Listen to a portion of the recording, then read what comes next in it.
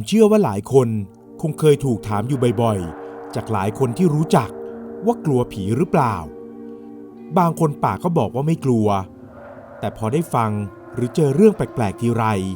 ก็กลัวและเชื่อแบบง่ายๆไม่เหมือนกับที่ปากเคยบอกเอาไว้แต่บางคนนอกจากจะบอกว่าไม่กลัวแล้วก็ยังปากดี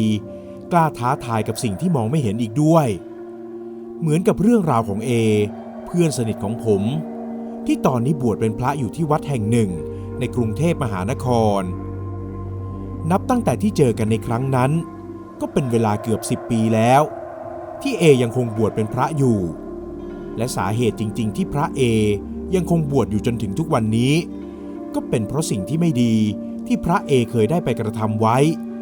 จนกลายเป็นเรื่องราวหลอนๆที่ผมจะเล่าให้ฟังต่อจากนี้คงต้องขออโหสิกรรมพระเอเอาไว้ณที่นี้ด้วยเพราะเรื่องที่จะนำมาเล่าเป็นเรื่องที่ผิดศีลและผิดต่อเพื่อนมนุษย์เป็นอย่างมากย้อนกลับไปในสมัยที่ผมกับเอยังเรียนอยู่ด้วยกันฐานะทางบ้านของผมกับเอนั้นก็ไม่ได้ร่ำรวยอะไรมากเมื่อเทียบกับคนในยุคสมัยนั้นที่คนส่วนใหญ่ยังเลือกคบกันที่ฐานะและเงินทองถึงแม้สมัยนี้จะดีขึ้นบ้างแล้วแต่ความแตกต่างทางฐานะก็ยังเป็นเส้นกั้นที่กันเราออกจากโอกาสอะไรหลายๆอย่างทำให้ทุกวันนี้ตัวผมไม่ได้มีหน้าที่การงานอะไรที่ดีนักแต่ก็มีพอกินพอใช้สำหรับการใช้ชีวิตตัวคนเดียวแบบนี้เอเพื่อนของผมเป็นคนหน้าตาดีครับมันเป็นคนที่สาวๆหลายคนเห็นแล้วก็รู้สึกถูกอกถูกใจเพราะมันหน้าหล่อแบบชายไทยแท้ๆแถมยังตัวสูงและผิวขาวอีกด้วยทำให้เวลาไปจีบผู้หญิงก็มักจะจีบติดตลอดซึ่งต่างจากผมกว่าจะหลงมาติดกับได้ก็เสียใจมาแล้วไม่รู้กี่ครั้งและเป็นเพราะเอมันหน้าตาดีนี่แหละครับถึงทำให้เกิดเรื่องราวต่างๆขึ้นด้วยความที่มั่นใจในความหน้าตาดีของตัวเองก็ทำให้เอมันมักใหญ่ไฟสูงอยากจะได้ลูกสาวคนรวยมาเป็นแฟนซึ่งตอนที่เรียนมหาวิทยาลัยด้วยกันนั้นเอมันก็ได้รู้จักกับกิ่งซึ่งเป็นเพื่อนที่เรียนอยู่ในสาขาเดียวกันกิ่งเป็นผู้หญิงที่ไม่ได้สวยมากครับแต่ก็จัดอยู่ในกลุ่มของผู้หญิงที่หน้าตาดีประกอบกับฐานะทางบ้านของกิ่งค่อนข้างจะร่ำรวยทำให้การแต่งตัวของกิ่งเตะตาต้องใจผู้ชายหลายคนหนึ่งในนั้นก็คือเอเพื่อนของผมด้วยครับซึ่งมันก็เดินหน้าจีบกิ่งเหมือนกับคนอื่นๆแต่จุดประสงค์หลักของมันจริงๆนั้นก็แค่อยากจะเอาชนะเพื่อนผู้ชายคนอื่นแล้วก็หวังอยากจะเป็นหนูตกถังข้าวสารโดยที่มันไม่ดูให้ดีเสียก่อนและมันเหมือนจะเป็นคนที่โชคดีในเรื่องความรักกิ่งตกลงปลงใจคบกับมันทั้งที่มีคนที่ดีกว่าตอนที่เอมาจีบในทีแรกผมเองก็ไม่ค่อยอยากจะเชื่อมันเหมือนกันแต่พอเอมันพากิ่งมาเที่ยวด้วยกันกับเพื่อนๆก็ทำให้ผมและเพื่อนคนอื่นๆต้องยอมเชื่อมันเลยครับและหลังจากที่พวกเราเที่ยวกันเสร็จแล้วผมกับเอก็ไปส่งกิ่งขึ้นรถกลับบ้านทั้งสองคนก็ดูรักกันดีจนกระทั่งกิ่งขึ้นรถกลับบ้านไปแล้วในขณะที่ผมอยู่กับเอ2 คนมันก็เริ่มเล่าเรื่องที่ผมไม่ได้อยากรู้สักเท่าไหร่มึงรู้ปะกิ่งแม่งไม่เก่งเลยว่ะคำพูดของมันนอกจากจะไม่ให้เกียรติผู้หญิงแล้วมันยังดูถูกลูกผู้หญิงอีกด้วยแถมยิ่งเป็นช่วงสมัยนั้นการที่ผู้หญิงถูกพูดถึงในแง่ของกามารมณ์นั้นจะทำให้ผู้หญิงดูเสียหายมากมึงพูดอะไรให้เกียรติผู้หญิงหน่อยสิวะยังไงเขาก็เป็นแฟนมึงนะเว้ยเอมันทำท่าไม่ได้สนใจในสิ่งที่ผมพูดสักเท่าไหร่นักแถมยังทำท่ารำคาญและบอกว่าผมทำตัวเป็นคนดีเกินไปกูเริ่มเบื่อแล้วว่าจะเอาเงินมาอีกสักหน่อยแล้วก็ค่อยเลิกคำพูดของเอยิ่งทำให้ผมรู้สึกไม่ดีและเริ่มไม่พอใจมากยิ่งขึ้นที่เพื่อนของผมกลายเป็นผู้ชายที่ไม่ให้เกียรติผู้หญิงแบบนี้ทั้งที่เด็กผู้ชายทุกคนมักจะถูกสอนอยู่เสมอว่าเราต้องรู้จักให้เกียรติผู้หญิงทำอะไรมึงก็คิดดีๆก่อนละกันเกิดอะไรขึ้นมามันจะไม่คุ้มนะเว้ยหลังจากที่ผมกับเอคุยกันในวันนั้นเอก็ไม่ได้เล่าเรื่องของกิ่งให้ผมฟังอีกเลยและเอก็ยังคบกับกิ่งต่อไปอีกหลายเดือน จนกระทั่งเข้าสู่ช่วงปิดเทอมของมหาวิทยาลัยผมที่เพิ่งกลับจากไปเที่ยวต่างจังหวัดกับครอบครัวก็ได้แวะไปหาเอที่บ้านเพราะจะเอาของไปฝากแต่เอที่ผมเจอนั้นกลับมีสภาพโทรมอย่างเห็นได้ชัดเหมือนกับคนอดหลับอดนอนมึงไปทำอะไรมาไม่เจอกันแป๊บเดียวสภาพอย่างกับโจรเลยวะผมพูดแซวเอมันออกไปแต่มันก็ไม่ได้ตอบกลับอะไรนอกเสียจากมองหน้าผมด้วยสีหน้านิ่งๆเหมือนคนไม่มีความรู้สึกมึงกลัวผีไหมจู่ๆเอก็ถามผมขึ้นมาผมก็ไม่รู้ว่าจะตอบมันยังไงดีเพราะเอาเข้าจริงๆแล้วผมเองก็ไม่ได้เป็นคนที่กลัวผีแต่ก็ไม่เคยคิดจะลบหลู่ก็ยังไม่เคยเจอนะเลยไม่รู้ว่ากลัวหรือเปล่าแล้วมึงล่ะท่าทางของเอทำให้ผมรู้สึกอึดอัดมากขึ้นเรื่อยๆเพราะมันนิ่งเงียบไม่แม้แต่จะหันมามองหน้าผมในตอนนั้นผมไม่รู้ด้วยซ้ำว่ามันได้ยินที่ผมถามหรือเปล่ากลัวไม่กลัวไม่เคยกลัวไม่เลยเอตอบผมด้วยน้ำเสียงสั่นๆเหมือนว่ามันกำลังจะร้องไห้ผมที่มองมันอยู่ตลอดก็คิดว่ามันต้องมีอะไรบางอย่างที่ไม่ปกติแน่ๆแต่ก็ไม่กล้าจะถามอะไรออกไปตรงๆก่อนกลับผมเลยบอกกับมันไปว่าถ้าหากว่ามันมีอะไรที่ไม่สบายใจหรืออยากจะให้ผมช่วยอะไรก็บอกผมได้ตลอดผมเดินออกมาจากบ้านของเอคนเดียวโดยที่เอไม่ได้เดินออกมาส่งแล้วผมก็เห็นกิ่งมายืนอยู่ที่หน้าบ้านด้วยความที่ไม่ได้เจอกันนานผมเลยพูดทักทายกิ่งแต่กิ่งนั้นก็ไม่ได้ตอบอะไรผมเพียงแต่หันมายิ้มให้ผมก็เท่านั้นทั้งเอและกิ่งในวันนี้มันดูแปลกไปทั้งคู่ผมกลับมาที่บ้านก็ขึ้นห้องไปอ่านหนังสือการ์ตูนตามปกติเพราะช่วงนี้เป็นช่วงปิดเทอมพ่อกับแม่เลยไม่ได้เข้มงวดอะไรมากนักจนถึงช่วงเย็นของวันเดียวกันหลังจากที่กินข้าวกันเสร็จแล้วพ่อและแม่ก็ชวนผมออกไปซื้อของข้างนอกด้วยความขี้เกียจและอยากอ่านหนังสือการ์ตูนต่อผมเลยบอกพ่อกับแม่ว่าผมจะอยู่เฝ้าบ้านให้หลังจากช่วยแม่ล้างจานเสร็จแล้วพ่อกับแม่ก็ขับรถออกจากบ้านไปผมที่อยู่บ้านคนเดียวนึกอยากจะทำอะไรก็ทำเลยถือโอกาสเปิดแอร์และนอนอ่านหนังสือการ์ตูนอย่างสบายใจที่ชั้นล่างของบ้านไอ้ต่อเสียงของใครบางคนเอ่ยชื่อผมขึ้นมาทำให้ผมหยุดอ่านหนังสือและมองหาที่มาของเสียงนั้นยังคงดังต่อเนื่องอยู่เรื่อยๆผมเลยเปิดประตูมองออกไปที่หน้าบ้านก็เห็นว่าเอกำลังยืนอยู่เฮ้ยมึงมาได้ยังไงวะขี่รถมาเหรอผมพูดพลางเปิดประตูหน้าบ้านออกไปหาเอท่าทางของมันดูแปลกยิ่งกว่าเดิมผมไม่อยากจะเชื่อเลยว่าไม่เจอมันแค่เดือนเดียวมันจะเปลี่ยนไปได้มากถึงขนาดนี้กูขอเข้าไปหน่อยมึงให้กูเข้าคนเดียวนะคำพูดของมันทำให้ผมรู้สึกงงๆแต่ผมก็เปิดประตูให้มันเข้ามาอยู่ดีมึงพูดก่อนสิว่าให้กูเข้าไปคนเดียวเออกูให้มึงเข้ามาแค่คนเดียวนะพูดจบผมก็เดินนำหน้ามันเข้าบ้านไปโดยที่ไม่ได้หันมามองว่ามันเดินตามมาหรือเปล่าแต่พอจะเข้าบ้านผมจึงหันกลับไปมองเอไม่ได้เดินตามหลังผมมาแถมประตูรั้วหน้าบ้านก็ยังเปิดทิ้งเอาไว้ผมเดินกลับไปปิดประตูรั้วหน้าบ้านด้วยอารมณ์ที่ค่อนข้างจะหงุดหงิดและเริ่มรู้สึกไม่โอเคที่เอมันเล่นอะไรแปลกๆกับผมแบบนี้มึงไปแอบอยู่ตรงไหนอย่าให้กูเจอนะไอ้ต่อเสียงเอพูดขึ้นทำเอาผมตกใจสะดุ้งตัวโยนก่อนจะหันไปมองมันที่อยู่ข้างหลังผมมึงหันไปมองใครกูขอนอนบ้านมึงได้ไหมคืนนี้ผมรีบหันกลับมาตามเสียงที่พูดทันทีที่เอยืนอยู่ตรงรั้วหน้าบ้านผมก็ขนลุกขึ้นมาทันทีเมื่อกี้กูให้มึงเข้าบ้านไปแล้วไม่ใช่เหรอ ผมไม่รู้จะพูดอะไรต่อแต่สิ่งที่ผมพูดออกไปนั้นก็ทำให้เอหน้าเสียขึ้นมาทันทีมันดึงตัวผมให้ออกมาจากบ้านมายืนอยู่ที่หน้าประตูรั้วงั้นคืนนี้มึงไปนอนบ้านญาติกับกูผมงงกับสิ่งที่เอมันพูดเพราะเมื่อกี้มันเพิ่งจะขอนอนที่บ้านผมและตอนนี้ก็บอกให้ผมไปนอนที่บ้านญาติกับมันมีเรื่องอะไรกันแน่วะกูเห็นมึงแปลกๆตั้งแต่กูไปหามึงที่บ้านละเอมันยิ่งทำหน้าตกใจใส่ผมก่อนจะดึงตัวผมให้ไปที่รถมอเตอร์ไซค์ของมันผมพยายามถามมันว่าเกิดอะไรขึ้น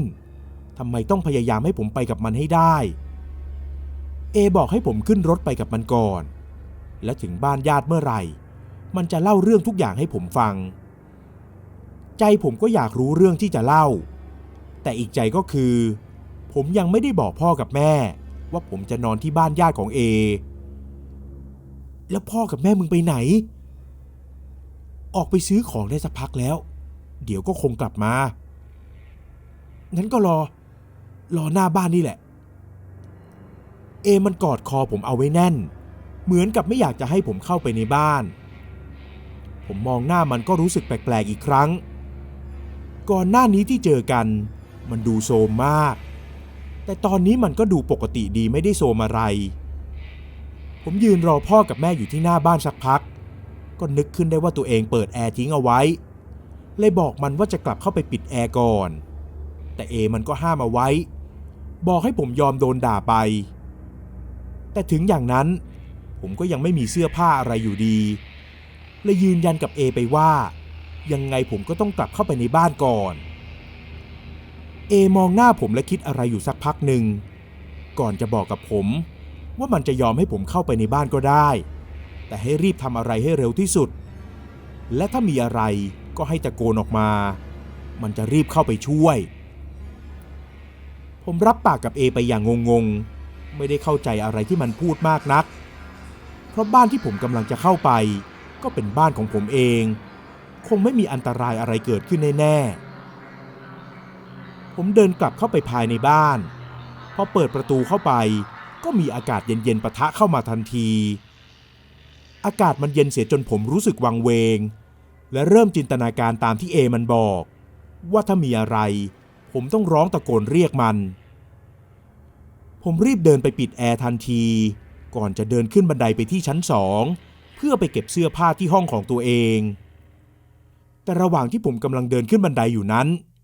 ก็ได้ยินเสียงคนเปิดประตูหน้าบ้านเข้ามาผมเลยหยุดเดินและย่อตัวลงไปมองตามช่องที่บันไดก็ไม่เห็นใครแต่พอลุกขึ้นผมก็ต้องตกใจหงายหลังสะดุ้งขั้นบันไดทันทีกูตกใจหมดเลยเนี่ยมึงจะรอหน้าบ้านหรือรอข้างล่างกันแน่เอที่ยืนอยู่ปลายบันไดมองตรงมาที่ผมสายตาของมันที่มองมาดูเหมือนไม่ใช่คนปกติมันดูนิ่งมากเสียจนผมแอบคิดว่ามันไม่ใช่คนเอไม่ได้ตอบอะไรผมและเสียงรถของพ่อกับแม่ผมก็ขับเข้ามาจอดภายในบ้านผมย่อตัวลงมองตามช่องบันไดอีกครั้งก่อนจะหันไปมองเออีกรอบแต่คราวนี้มันไม่อยู่แล้วผมเริ่มรู้สึกว่าตอนนี้มันมีอะไรที่ไม่ปกติผมเลยรีบลงบันไดไปข้างล่างก็เห็นว่าพ่อกับแม่ถือของเข้ามาในบ้านพารุงพารังผมรีบเดินไปเปิดประตูก่อนจะเข้าไปช่วยพ่อกับแม่ถือของเห็นเอมันมารออยู่หน้าบ้านจะไปไหนกันล่ะคำพูดของแม่ยิ่งทำให้ผมแน่ใจว่าสิ่งที่ผมได้เจอเมื่อตะกี้นี้น่าจะไม่ใช่คนผมว่าจะไปนอนกับมันนะแม่ผมไปแล้วนะผมรีบเอาของไปวางไว้บนโต๊ะในครัวก่อนจะรีบเดินออกจากบ้านไปผมจำได้ดีว่าตอนนั้นมือของผมมันเปียกชุ่มไปด้วยเหงื่อมากแค่ไหนตอนที่เดินออกมาก็รู้สึกว่าตัวสั่นๆเอที่ยืนรอผมอยู่หน้าบ้านก็รีบบอกให้ผมขึ้นรถทันทีและบอกว่าผมไม่จำเป็นต้องเข้าบ้านไปเอาเสื้อผ้าจริงๆยืมมันใส่ก่อนก็ได้แต่ที่มันให้ผมเข้าไปก็เพราะอยากจะให้ผมได้เห็นหรือเจอเหมือนกับที่มันได้เจอผ ผมรู้สึกโกรธเพื่อนขึ้นมาทันทีที่มันทำแบบนั้นแต่มันก็เป็นการพิสูจน์ตัวผมเองว่าจริงๆแล้วผมกลัวผีหรือเปล่าคำตอบก็ยังไม่เหมือนเดิมเพราะถ้าผมไม่เจอผมก็คงไม่กลัวแต่ตอนนี้ผมเพิ่งเผชิญหน้ากับสิ่งเหล่านั้นมาในตอนนั้นผมยอมรับว่าผมกำลังกลัวและกลัวมากเสียด้วยครับเมื่อไปถึงบ้านของเอผมก็เจอพ่อกับแม่ของเอด้วยนั่นยิ่งทำให้ผมแน่ใจว่าทั้งหมดที่ผมได้เจอกับเอมาก่อนหน้านี้น่าจะไม่ใช่เอผมเริ่มคิดทบทวนเหตุการณ์ก่อนหน้านี้ซึ่งมันมีหลายอย่างที่ยังไม่เข้าใจเท่าไหร่แต่เอก็บอกกับผมว่ามันจะเล่าให้ผมฟังทันทีที่เช้าแล้วคืนนั้นผมนอนไม่หลับเลยครับเพราะเราต้องนอนรวมกันในห้องซึ่งไม่ได้กว้างมากนักทำให้ผมยังรู้สึกง่วงอยู่ตลอดเวลาในช่วงสายๆกินข้าวก่อนเดี๋ยวกูเล่าให้ฟังเอเดินเข้ามานั่งข้างๆผมพร้อมกับถุงโจ๊กที่วางไว้ให้ตรงหน้าพ่อกับแม่และญาติๆของมันออกไปทำงานกันหมดแล้วตอนนี้ก็เหลือแค่ผมกับมันเท่านั้นผมแกะถุงโจ๊กและนั่งกินด้วยความรู้สึกเซ็งๆแต่เพราะความอร่อยของโจ๊กจึงทำให้ผมรู้สึกสดชื่นขึ้นมาบ้างและตอนที่ผมกินโจ๊กใกล้จะหมดนั้นเอมันก็เริ่มเล่าเรื่องทั้งหมดให้ผมฟังเอมันบอกกับผมว่ากิ่งนั้นเสียไปแล้วซึ่งสร้างความตกใจให้กับผมไม่น้อยเพราะเมื่อวานผมยังเห็นเธอยืนอยู่ที่หน้าบ้านของเออยู่เลยเอพูดต่อไปว่ามันไม่ใช่เรื่องแปลกอะไรเพราะตอนนี้กิ่งก็กำลังตามตัวมันอยู่เรื่องราวทั้งหมดมันเริ่มขึ้นตอนช่วงสอบปลายภาคสัปดาห์สุดท้ายกิ่งมาบอกกับเอว่าเธอท้องซึ่งเอก็มั่นใจแน่นอนว่าเด็กนั้นไม่ใช่ลูกของเขาเพราะหลังจากที่คุยกับผมวันนั้นที่ป้ายรถเมล์เขาก็ไม่ได้มีอะไรกับกิ่งอีกเลยเอเลยขอเลิกกับกิ่งเพราะเขารู้ดีอยู่แก่ใจว่ามันไม่ใช่ลูกของเขาแต่กิ่งก็ไม่ยอมและบอกว่าลูกในท้องของเธอนั้นคือลูกของเอทำให้ทั้งสองคนทะเลาะกันและเอก็พยายามหลบหน้ากิ่งตลอดจนมารู้อีกทีว่ากิ่งฆ่าตัวตายมันทำให้เพื่อนของผมรู้สึกผิดมากครับแต่ถ้ามาพูดกันจริงๆแล้วมันก็บอกกับผมว่ามันไม่รู้ว่าจะรู้สึกผิดทำไมในเมื่อมันไม่ได้เป็นคนทำให้ทุกอย่างแย่ลงหลังจากที่กิ่งเสียอาจารย์คนหนึ่งที่คณะก็เสียตามไปเพื่อนหลายคนพูดกันปากต่อปากว่าอาจารย์คนนี้แหละคือคนที่ทำให้กิ่งท้องและฆ่าตัวตายพอผมได้ฟังเรื่องที่เอเล่าแล้วก็รู้สึกไม่ดีเท่าไหร่นักแต่ผมก็ยังไม่เข้าใจว่าทำไมผมและเอถึงเจอผีด้วยกันได้เอยังเล่าต่อไปอีกว่าหลังจากที่อาจารย์คนนั้นเสียไปได้ไม่นานมันก็เริ่มเห็นอะไรแปลกๆและเริ่มรู้สึกว่ามีบางอย่างที่มันพิสูจน์ไม่ได้คอยตามมันอยู่ยิ่งหลายวันเข้าก็ยิ่งรู้สึกชัดเจนว่าน่าจะเป็นสิ่งลี้ลับเลยเอาเรื่องนี้ไปปรึกษากับพ่อและแม่ก็เลยได้รู้ว่ากิ่งกำลังตามหาตัวมันอยู่เพราะก่อนตายกิ่งตั้งคำสัตย์และทำพิธีเอาไว้ว่าถ้าเธอตายไปแล้วจะตามเอาชีวิตของผู้ชายที่เคยรักกับเธอมาเป็นพ่อของลูกเธอให้ได้ฟังมาถึงตรงนี้แล้วไม่ต้องสงสัยอะไรหรอกครับผมยอมรับกับเอออกไปตรงๆว่าระหว่างที่เอและกิ่งคบกันผมเองก็มีความสัมพันธ์กับกิ่งด้วยเรื่องนี้เอมันรู้ดีและพยายามจะไม่โกรธอะไรผมไม่อย่างนั้นมันก็คงไม่คิดจะช่วยผมอย่างนี้ซึ่งคำแนะนำของหมอแก้คุณไสยหรือหมอผีก็คือให้เอและครอบครัวย้ายบ้านแต่ให้มันทิ้งข้าวของบางส่วนเอาไว้ทำให้ตอนที่ผมไปบ้านเอนั้นยังรู้สึกเหมือนว่ามีคนอยู่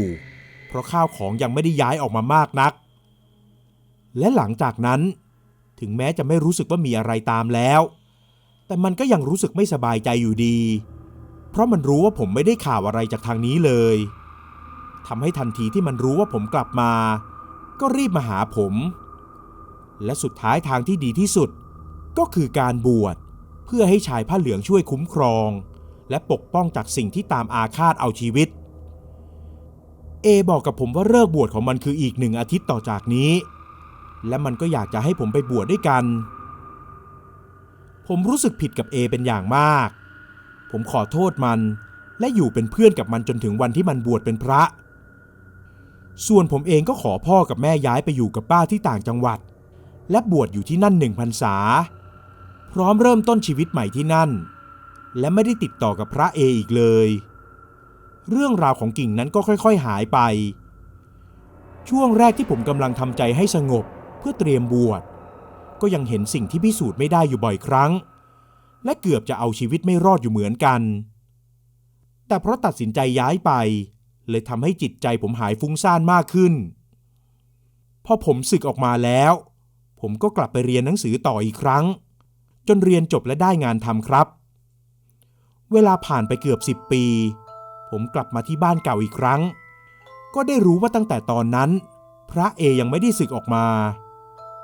ผมจึงได้มีโอกาสแวะไปเยี่ยมและทำบุญกับพระท่านเลยนึกถึงเรื่องนี้และได้นำมาถ่ายทอดเล่าให้กับทุกคนได้ฟังกันเรื่องของผมอาจจะฟังดูเหลือเชื่อไปบ้างก็คงต้องแล้วแต่ดุลยพินิจของผู้ฟังทุกคนด้วยครับใจของผมแค่อยากจะเล่าเพื่อให้เป็นข้อคิดและจะได้รีบแก้ไขก่อนที่อะไรๆจะสายเกินไปขอบคุณครับ